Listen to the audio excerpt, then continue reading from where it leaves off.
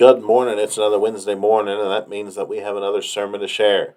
Pastor Painter here, and I know it's been a few weeks since we have shared a sermon on Wednesday. Of course, I was out of the country in Thailand on a mission trip, and it is good to be back. Looking forward to sharing this message with you today, preached by Dr. Jack Hyles. It is called Discontented Contentment.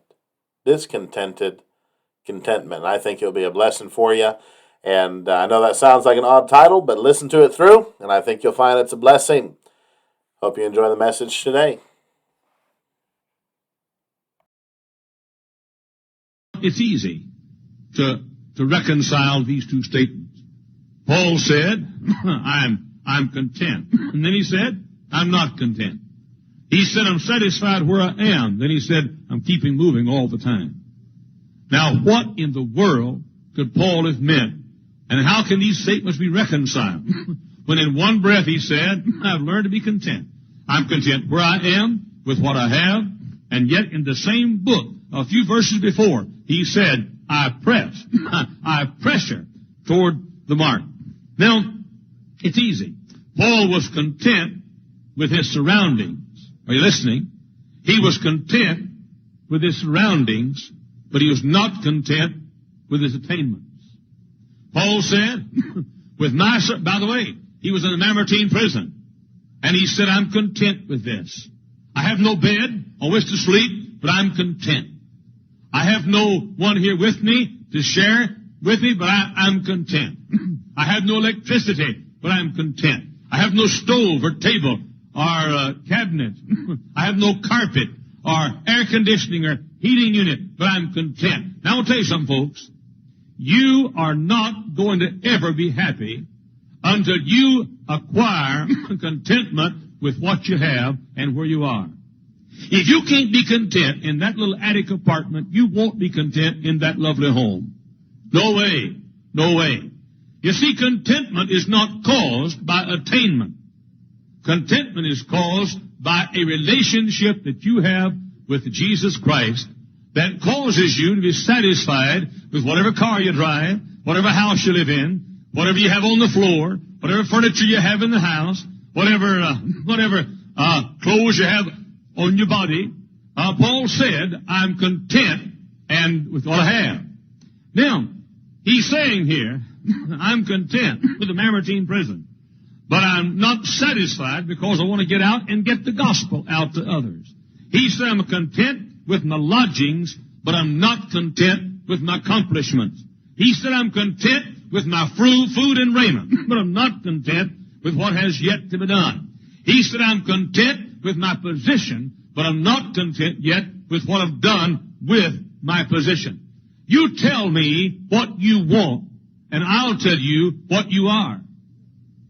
You tell me your wants. What is it you want today? Now, I'm not a good Christian. I make no pretense at it. But I want to tell you something. There's nothing in this world, nothing, not one thing in this world this morning that I want. They don't make the car I want. They don't make the house I want. Hey, yeah, you got a car now. Yes, the church provided us. We moved here with a lovely home. But I mean, that's not important to me. We have Russell Anderson put a swimming pool in the backyard of our house. Been there now for, I guess, 10 years. I've never been in it. Never been in it. Never have. I'm not against folks using a swimming pool. But I mean, there's nothing I want. They don't make the suit of clothes I want. I haven't bought myself a suit of clothes since 1959. Folks buy suits for me, and folks get tired of the way I look, and they decorate me all they can. Doesn't do any good. But they don't make, they don't make the suit of clothes that I want. They don't make the house I want. This world is not my home. I'm just passing through. My treasures are laid up somewhere beyond the blue. They don't make any kind of money that I want. I mean, there's something made. Fort Knox has no gold bars that I want. And you say, what are you saying? I'm saying that you're not going to be happy in life until you learn to be content. You see, it is not your lack of acquisition that makes you unhappy or discontented. It is the discontented soul that makes you discontented. You know, you tell me what you want, and I'll tell you what you are. And yet, on the other hand, unsatisfied desires are the driving force of all human life. Let me say it again. Unsatisfied desires are the driving force of all human life. You're looking today at the most contented man you probably have ever seen. At the same time, you're looking at the most discontented man you probably ever seen. I guess you're looking this morning at the most satisfied man you could find. But you're also looking at the most dissatisfied man that you can find. Let me illustrate. If God this morning gave me a choice, now hear me carefully, listen. If God gave me a choice between immediate possession of all the truth there is, I said if God gave me a choice between immediate possession of all the truth that there is, and on the other hand, a choice of a lifetime in searching for truth, I'd take the lifetime in searching for truth. You see, I don't want all there is yet. I want to want something else. I quote this song more than any of the 10 songs I quote. I'm pressing on the upward way. New heights I'm gaining every day. And that's what joy is. Joy is having some mountains unscaled. Joy is having some possessions unachieved. Joy is having some battles not yet won. It's wanting, but not wanting things. If this morning, if God gave me a choice today of knowing all there is to know about this book. Now listen. If God said, son, I'll let you know all there is to know about this book today. If God gave me that choice so that I would know for the rest of my ministry everything there is to know and everything that God knows about this book, I wouldn't take it. Because every day I get to learn a little more of it.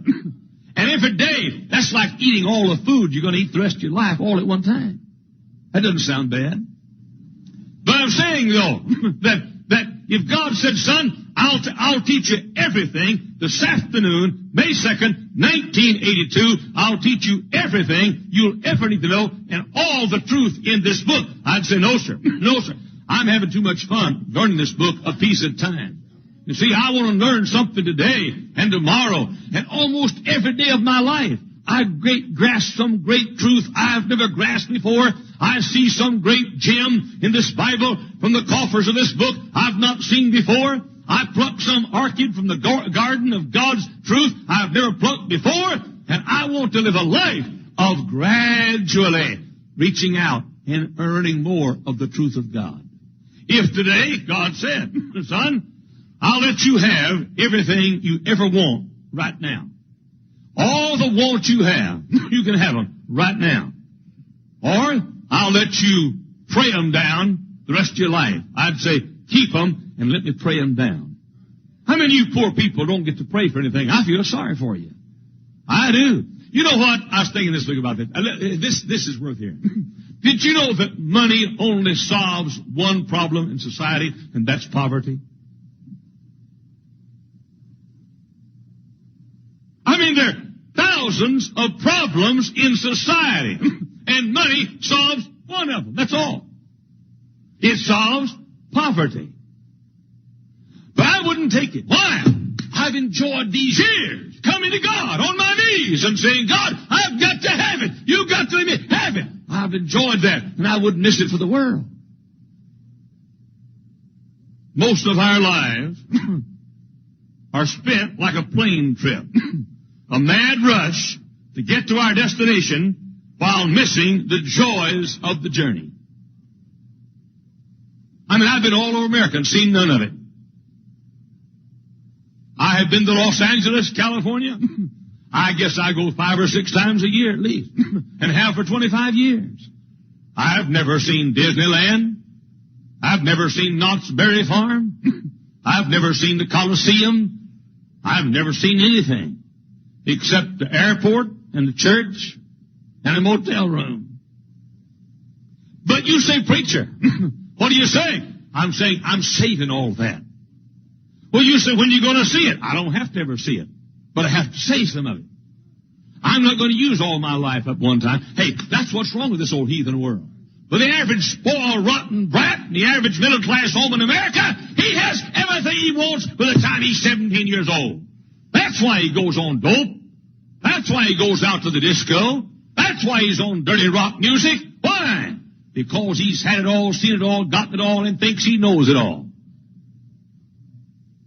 You see, we rush madlong toward our destination and miss the journey. Then, hear me now.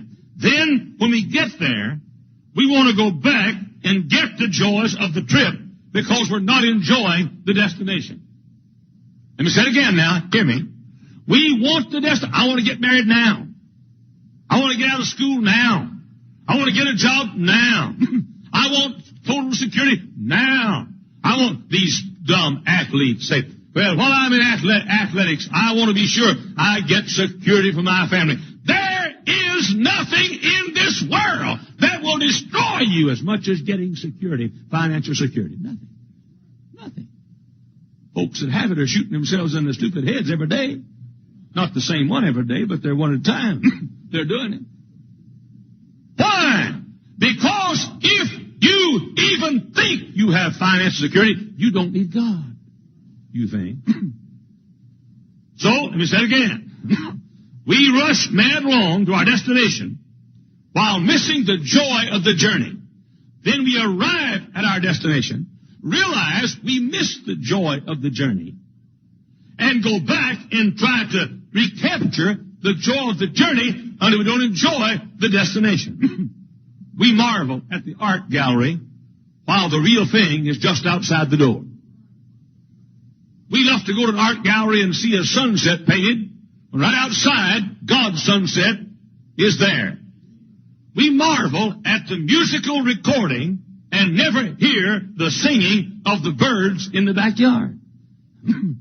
We rush forward to get, here it is now. We reach forward to get what we're too young for. That's the first half of our lives. And the last half, we reach backward to get what we're too old for. Isn't that dumb? Hey, sit down, son. Hey, fella, sit down. Now, don't you walk around like that. This is church. That goes for you deacons, too. Hey, listen to me. Look, we're exactly like the Israelites were, who said in the morning, they said, would God it were evening, and the evening, they say, would God it were morning. Now, you hear me. I do not believe in the good old days. I don't believe in them. Just recently, one of our fine ladies wrote me a note and said, I wish to get back to the good old days. And yet, when the good old days were here, we said, I wish we could reach forward to the new days. I don't believe in the good old days. I believe in the good today, right now. Now, I'm not like I was 20 years ago. And you're not like you were 20 years ago. Mentally you are, but, and this church is not like it was 20 years ago. And if it were like it was 20 years ago, it would be retarded. Oh, I enjoyed the days when everybody knew everybody. Well, so did I. And now I'm enjoying the days when we're too big, bless God, for everybody to know everybody.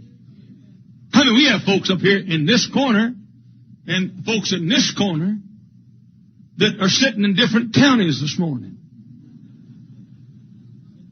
And yet the truth is, that's what we used to pray for in the good old days. Oh, God, send us a Pentecost. Watch it, that's 3,000 new members. Yeah. Now we have it. Oh, God, take away the Pentecost. Now you go ahead and go through your life that way if you want to. Bless your little heart. I'm not going to do it. No, sir. No, sir. I am contented. There's not one single thing I don't have that I want. There's not one single place I have that I want to go. There's not one single place I'd rather preach than somewhere else as long as I'm preaching. But I'm discontented. I've got some things I want to do. I've got some souls I want to win. I've got some buildings I want to build. I've got some achievements I want to achieve. I've got some battles I want to fight. I've got some stairs I want to climb. I've got some accomplishments. I've got some dreams. I've got some hopes. Not a single one of them is wrapped around where I live. Not a one is wrapped around what I wear. Not a one is wrapped around what I drive. But they're wrapped around what can I do for Christ? Forward, upward, pressing, pressing, pressing, stretching, pressing, pressing. I got a letter this week. A fellow wrote me a letter and he said, "Dear Dr. Hiles, I get your tapes every week." He said, "You're my favorite preacher." This man, I guess, was one of the greatest judges of preaching that I know in America today. But he said, "You're my favorite preacher." But he said, "I'm worried about something." This week, open the letter Friday. I'm worried about something. He said, "I'm worried." He said, "I get the idea from your tapes that you're about to retire." He said, "Now, Dr. Hiles, don't forget, 55 is not old." Well, you don't have to tell me 55 isn't old. I know it's not old. But I feel young. Oh. And I feel young. But I mean, he said, "I get the idea from your tapes that you're about to retire." Let me tell you something, buddy. As long as I can whisper a sermon, as long as I can crawl out that door, and as long as I can stand up here long enough to make a speech, you stuck. Because I've got some journeys I want to make yet. I've got some battles I want to fight yet. I've got some victories I want to win yet. I'm contented with what I have.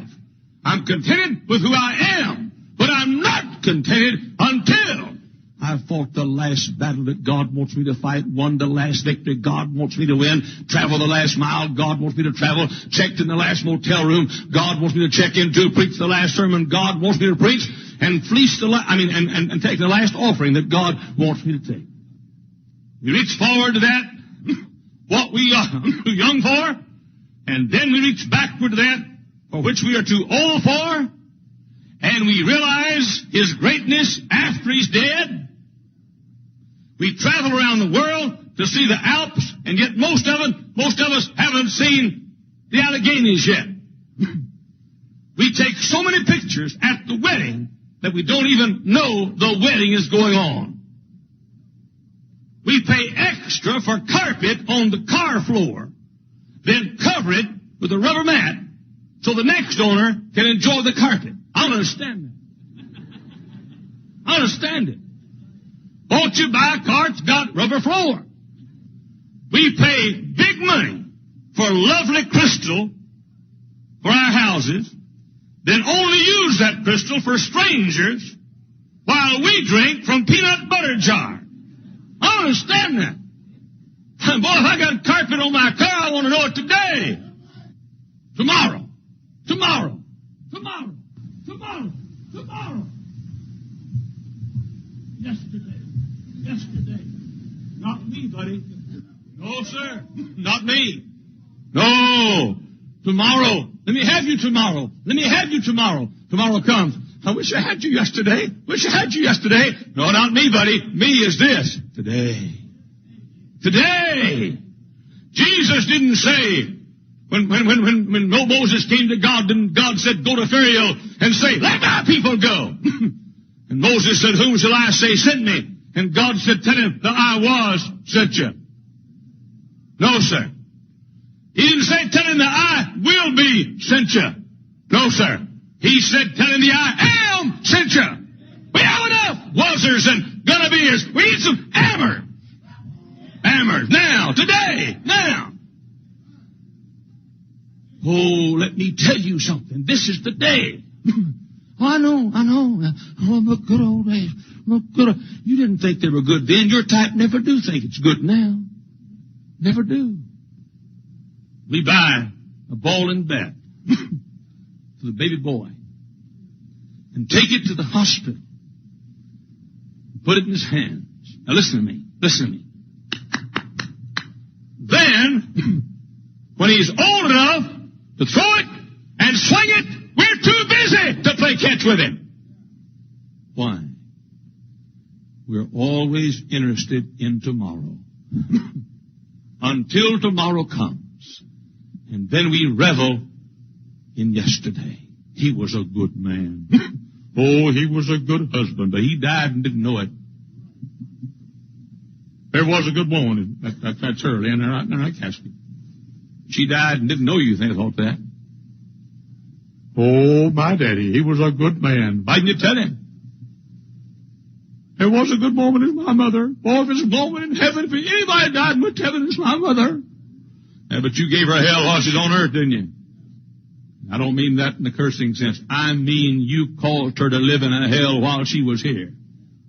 Paul said, I've learned to be content with my environment, my possession. But he said, I'm not content with my achievements and my accomplishments. I get up every day and I say, Lord, a new journey is beginning. What have you got planned for me today? Yeah. I never have been a real fan of Joe Namath. I've said before, for me, a good year would be for Joe Namath to never not win a game, Muhammad Ali get knocked out in the first round, and Notre Dame go scoreless. That's just the way I feel. But Joe Namath said something one time that's great. He said, I can't wait till tomorrow because I'm getting better looking every day. And I can relate to that.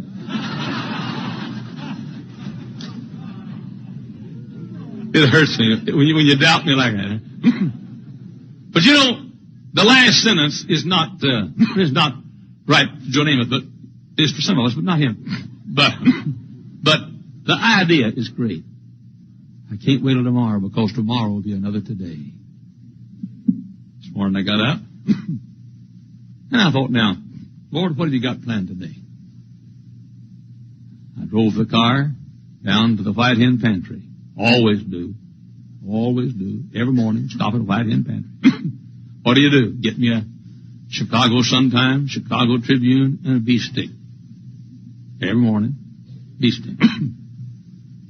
You say, the beef sticks health food? After I bless them, they are. And so now, this morning, drove up White Hen Pantry. Now, this is interesting. But not earth-shaking, but this is what most of you miss. And just outside White Hen Pantry stood Stan Wojcik, who's a fine, diligent, hard-working custodian who cleans this building. He's standing out there. I thought, now, what in the world Stan Wojcik doing in front of White Hen Pantry? Now, Stan hardly ever says anything. When he got married, he didn't say, I do. He just nodded his head. And so,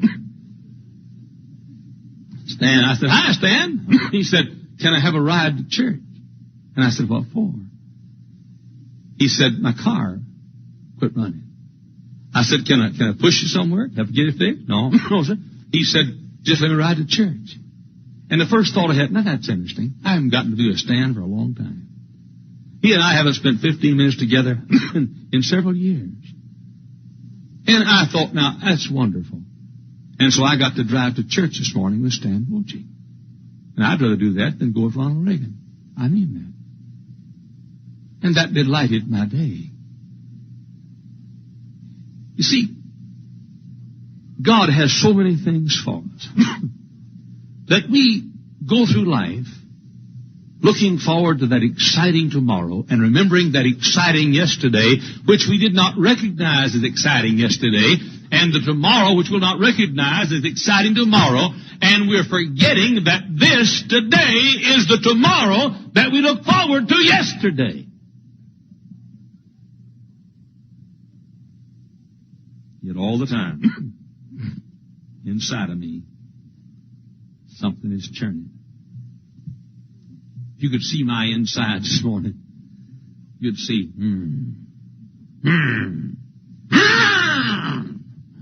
something's churning. You know why? because I'm not satisfied with what I've done yet. I'm satisfied with where I live. I'm satisfied with who I am. And I mean it. If I had one suit of clothes in the cleaners and one on, that'd be all I'd need. I guess I've got 40 pair of shoes. I guess I do. Folks have given me shoes. And I got all colors. I wear the same brown pair and now sometimes I change, but I'm the kind of guy my feet just get shaped to a pair of shoes. And I could wear the same pair of shoes the rest of my life, just have them half soled, on and on and on again. By the way, you know how Stan Wojcik knew I would be at the White Hen Pantry? His wife called the church and told Steve Sloan. Said, Steve, Stan is stuck out here. His car, he's going to be late this morning.